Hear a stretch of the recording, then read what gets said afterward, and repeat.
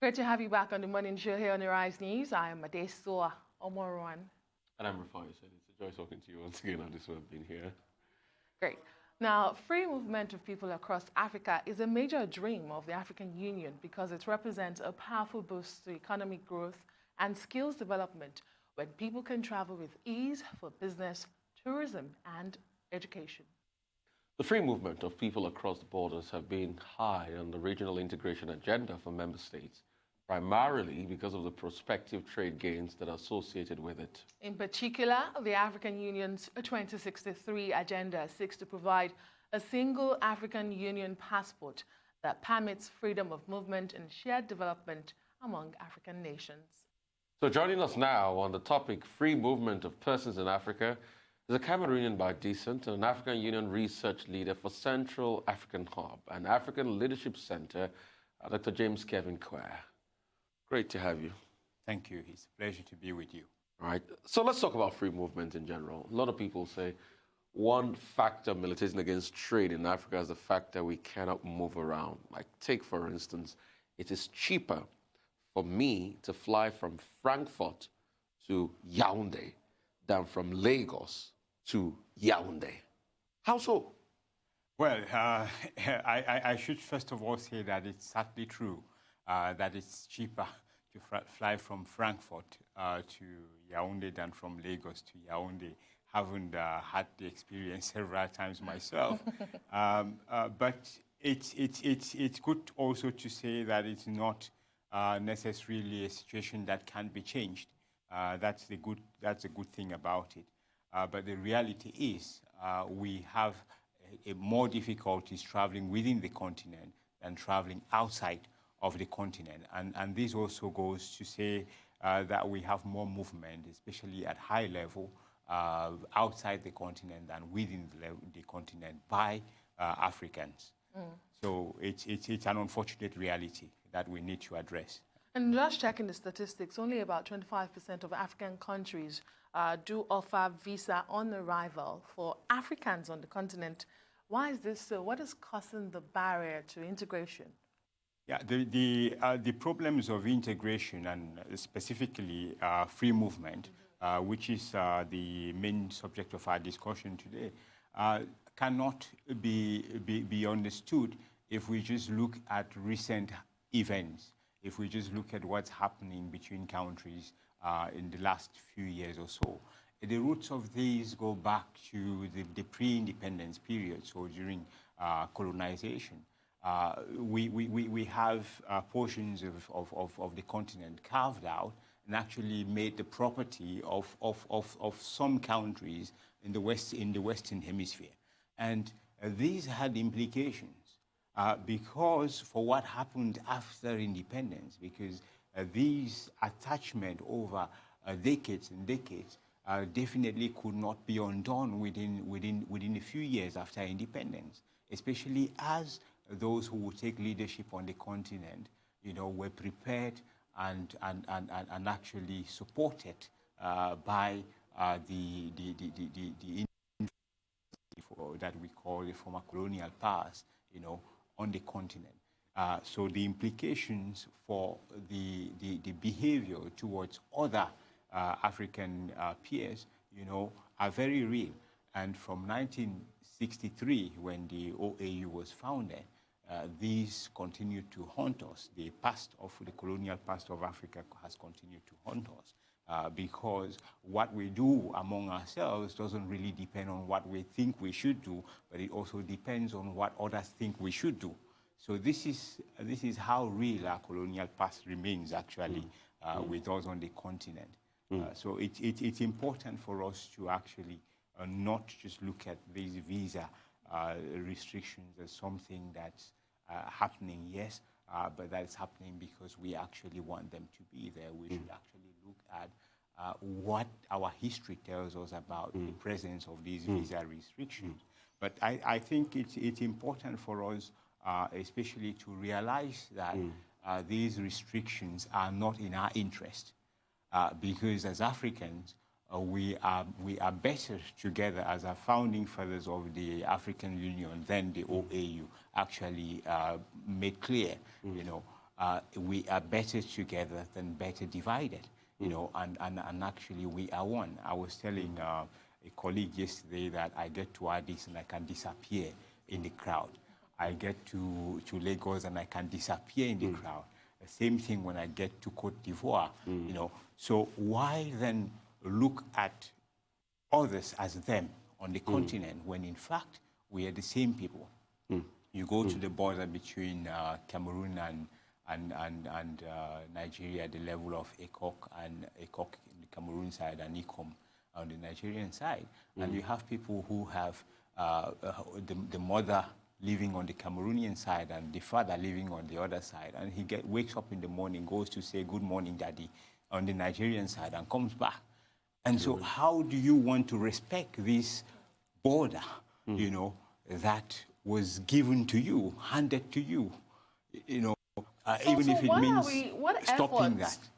Have we put in place so far to bring about a borderless Africa? Because that's what I hear you say, a borderless Africa. And what impact will that have? Yes, a lot of efforts have been made. I have already made reference to the creation of the Organization for African Unity, the OAU, and followed by its mutation into the current African Union. And it didn't end there. We have seen the African Union continue to take steps to ensure that the dream that the founding fathers had in 1963 can become a reality. So from 2004, efforts were made to address the problem of free movement by organizing debates around what can actually facilitate this, and ideas about an African passport were raised, questions on restrictions on mobility, you know, on movement between countries were raised, and we are gradually seeing instruments in the form of treaties, right, being signed today by states on the continent to actually make this a reality. The challenge that we have ahead, I think, is going to lie in the implementation of this. We've gone a long way, and I think that all what's left now is implementation. Okay.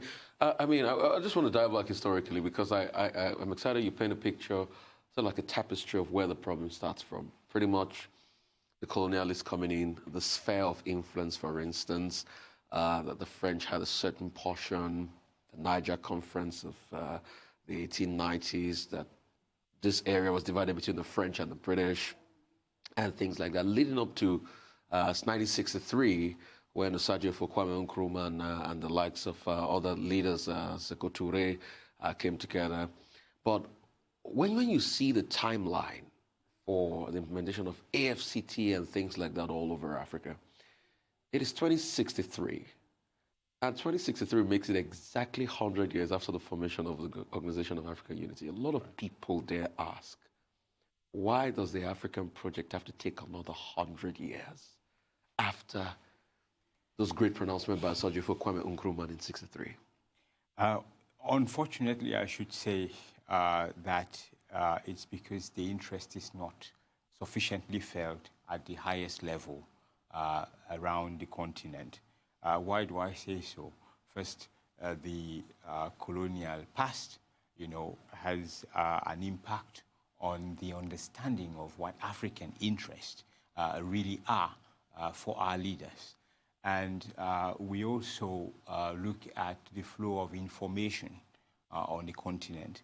I've observed that in a good number of African countries, more people watch European and American media and increasingly Chinese media than African media. So this has implications because you're not aware of what's happening on the other side, especially our policymakers. They're not in touch. Now, the population is a bit different because, like I mentioned earlier, we already have these historic ties, this natural, you know, fusion between our communities, meaning that the borders divided territory, but they didn't divide people. because the people remain the same. So, and this is across the board.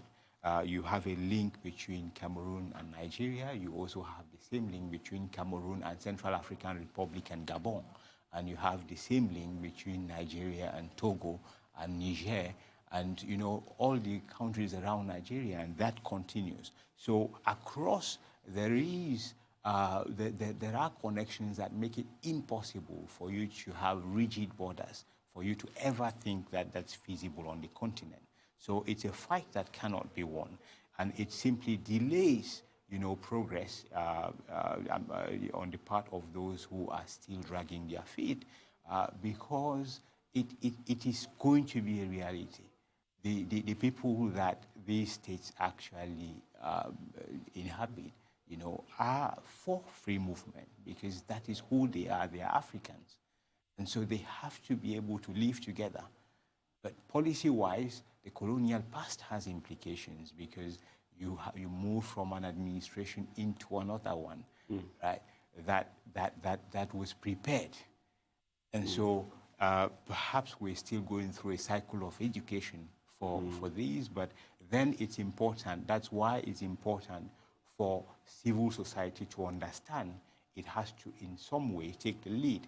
And this is the reason why we're having the African Union has thought it wise to organize a 3-day meeting in Lagos, okay, with civil society organizations. Before we go for the break and come back and talk more about the meeting, where we come up from, Rick, I'd like to ask a question on the integration of language itself. You know, because I'd seen that document. I've gone through that document, over 140 pages. It's got 3 different languages. It's got Arabic, it's got Lusophone, it's got French, it's got English. And those are the pervasive languages in Africa. And that's another barrier to integration and moving around and moving, you know, in and out of the continent. Because once you get over the border from Nigeria to Cote d'Ivoire or something, it's French. It's entirely a different language. So what can we do as regards that? But I know we will be, you know... There's the time. Yeah. You can okay, so what can we do as regards that? Yeah, first, I don't see that as a problem, because you're looking at language as French, as English, you know, as Arabic and so on. But I see language as the expression, you know, of somebody's identity. And what's our identity? I come from a part of Cameroon where corn fufu is a staple. And corn fufu in Kenya is called ugali. Yeah. Right? So if I go to Kenya, it's not because I don't speak Swahili that I can't ask for ugali. When I see ugali, I'll know how to tell them I want ugali. It's not because I don't speak Swahili that I can't import from Kenya. The Chinese are very present on the continent today, and we know that Chinese writing and language is one of the most, well, is judged by a good number of people as one of the most complex to actually understand. So what explains this presence of Chinese businesses on the continent? On the streets of Douala, like here in Lagos, you find a Chinese who leaves China and comes here, can't say a word in English. In Cameroon, can't say a word in French or English, you know, but his business is thriving. So on the basis of this evidence, I don't see why we should think language is a problem. Well, maybe for you, a lot of people might disagree, but we'll go on a break and we'll come back to discuss some more. Well, welcome back to the Morning Show here on Arise News. We're still talking the free movement of Africans on the African continent, and Dr. Kevin is here, a research fellow on the continent with the United Nations. No, with the African with Leadership the African, Center. So thank you so much. We're talking about language. Language, and you say it's not a barrier, but some of those who are skeptical will say it is actually a barrier. Because when you look at a country like Nigeria, it is bordered by a lot of Francophone countries. Why would I go to Nigeria when I cannot communicate? And then you find we begin to have that sectional, sub-regional relationship than the, you know, Pan-Africanism that we hope to seek for with the Agenda 2063. Apart from that, there are those who also say even the currency. A lot of Africans don't know other currencies on the continent. They rather use the dollar, the pound, than use, other existing currencies. Don't you think these are real barriers apart from history and colonialism you talked about? Well, if we want them to be barriers, there will be barriers. But if we don't want them to be, they won't be. A baby is born, and the parents speak a language.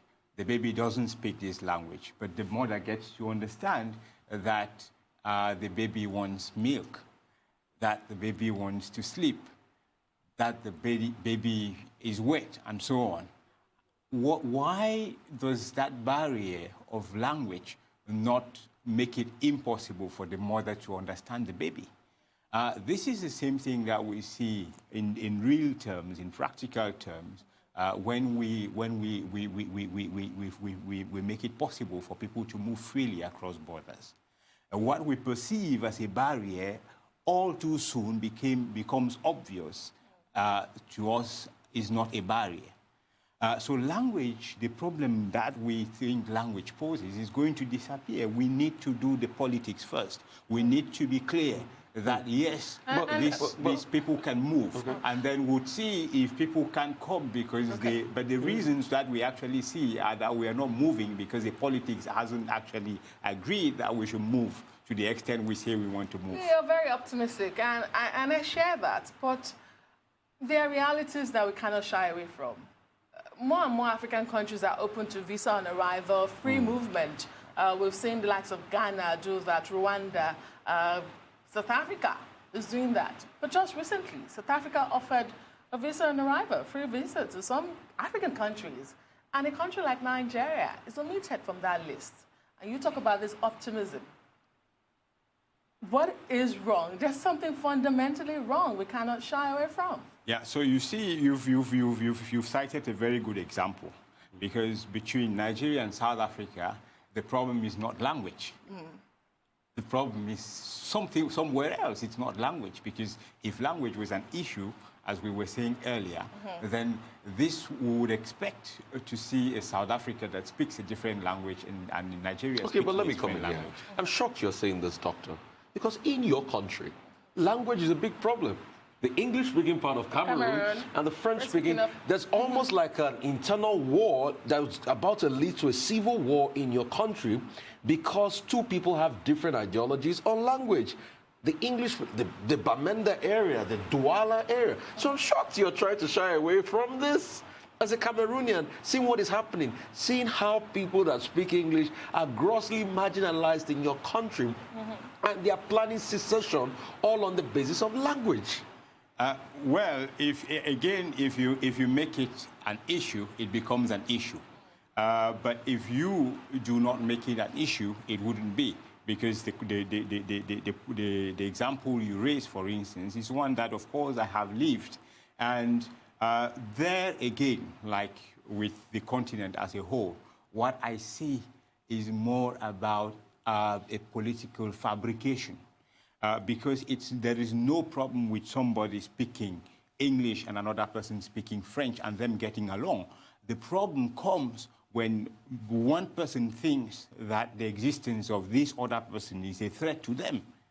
It comes when you think that you can't work with this person simply because he speaks a language, which is not true. The language is not a barrier. Okay. The barrier is in our minds. It's in the kind of decisions that we take at leadership level. That is where the problem is. Okay, so language is not a barrier for you. Let's talk about what the skeptics do say about free movement on the continent. The issue of insecurity, the issue of health epidemics, like we're having in the DRC, Ebola. There's an issue on the northern part of DRC and its neighbor concerning Ebola. And in fact, it's beginning to move to Goma. Yeah, and then there's the Boko Haram insurgency. Do you think that's a legitimate barrier? Again, these things have been on the continent for as long as the integration process has been on course. So these are concerns that that the founding fathers already had, and that's why they adopted what we call the gradualist approach, having the regs work first and so on. But we also know from experience that these regs have also taken too long to really function.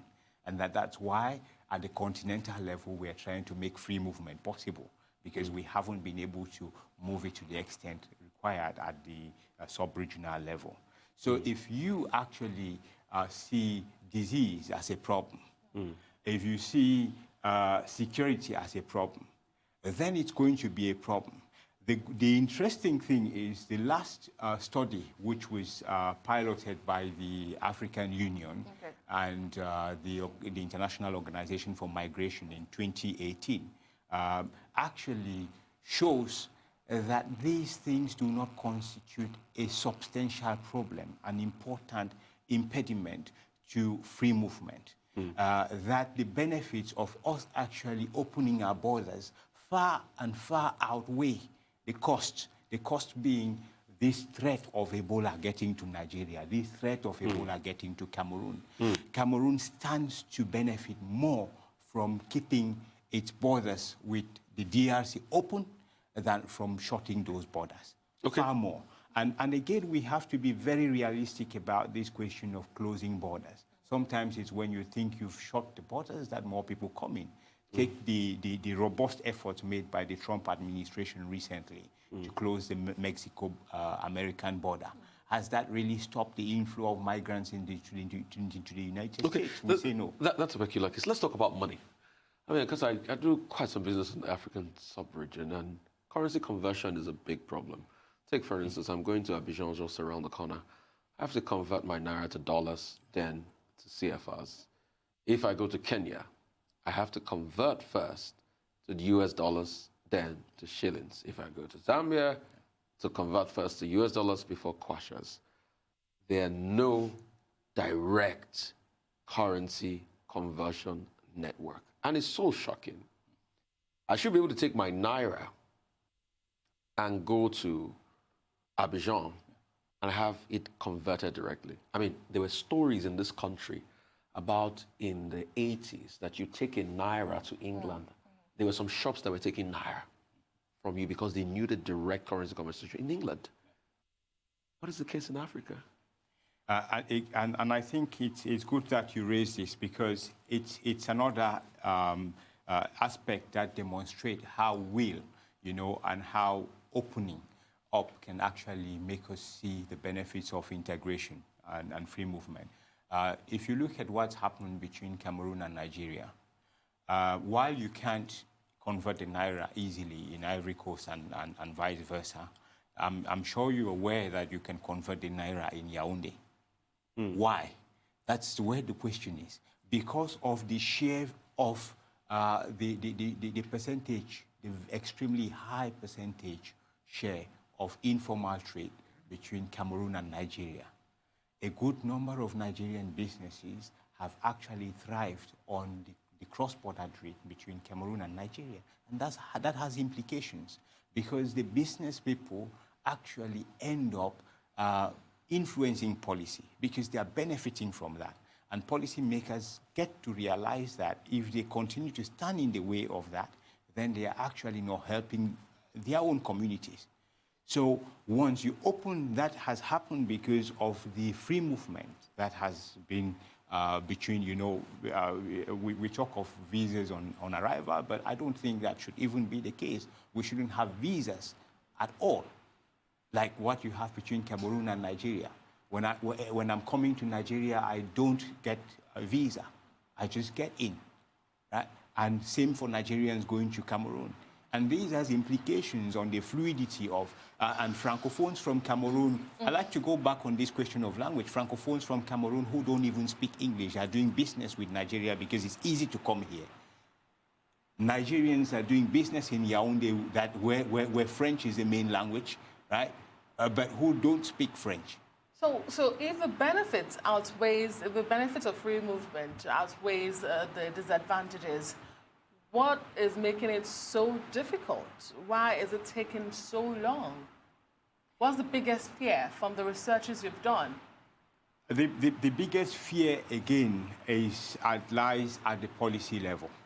And again, it's because of the perceptions that have been handed down to the leadership from the colonial administration. It's a very unfortunate thing, but this is what most research points to. These fears are created from outside Africa. They are not African. And that's why, again, I have said these fears do not exist when you go down. Because I have interacted with people from all over the continent and I didn't see these fears. But when you start getting to the policy level, then you actually see these because you meet people who feel they are competing for something or that they will lose something. Okay, I get the drift. You're in Lagos for 3 days to meet with... What is that going to be like? Okay, so we're going to actually have very open discussions on free movement of persons. And this is partly to ensure that the civil society, it takes the role that it has to play, because it's the civil society that's supposed to, interact more with policymakers to facilitate this process so where is of understanding where is it of the benefits. Where is it happening? We are at the French Cultural Center, Alliance Française, they call it, yeah. Thank you so much for being on the show. We wish you the best of luck in your deliberations for the next 3 days. All right.